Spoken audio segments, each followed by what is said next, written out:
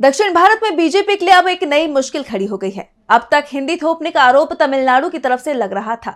इसके बाद परिसीमन का विरोध भी तमिलनाडु में स्टालिन सरकार ने किया और अब ये विरोध कर्नाटक की कांग्रेस सरकार भी कर रही है। कर्नाटक के उप मुख्यमंत्री डीके शिवकुमार ने परिसीमन को लेकर बीजेपी पर बड़ा आरोप लगाया है। देखिए रिपोर्ट। 2024 के लोकसभा चुनावों के बाद केंद्रीय गृह मंत्री अमित शाह ने घोषणा की कि केंद्र दो प्रमुख कार्य करेगा, राष्ट्रीय जनगणना और परिसीमन अभ्यास। हालांकि 2025 का तीसरा महीना शुरू हो चुका है और अब तक जनगणना का कुछ अता पता नहीं है। वहीं परिसीमन को लेकर दक्षिण भारत में विरोध शुरू हो चुका है। पहले तमिलनाडु के सीएम स्टालिन ने इसका विरोध किया। स्टालिन 5 मार्च को इस मामले में सर्वदलीय बैठक बुला रहे हैं। उन्होंने कहा कि 2026 में होने वाला यह अभ्यास दक्षिणी राज्यों पर एक खतरे की तरह मंडरा रहा है। वहीं अब कर्नाटक से भी कांग्रेस ने विरोध दर्ज कराया है।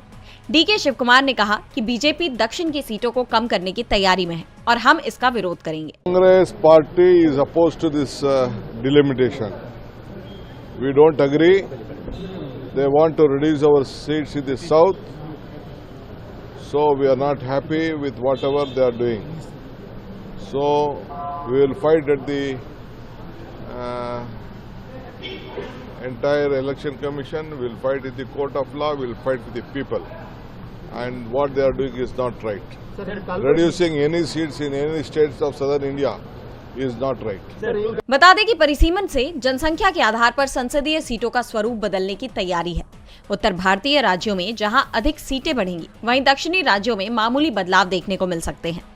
भारतीय संविधान में अनुच्छेद 82 और 170 के जरिए परिसीमन प्रक्रिया के लिए स्पष्ट दिशा निर्देश दिए गए हैं।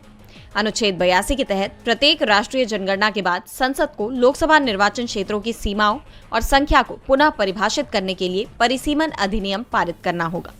वहीं अनुच्छेद 170 के तहत ये राज्य विधानसभाओं के परिसीमन को नियंत्रित करता है और जनसंख्या के आंकड़ों के आधार पर प्रत्येक राज्य में सीटों की संख्या निर्धारित करता है।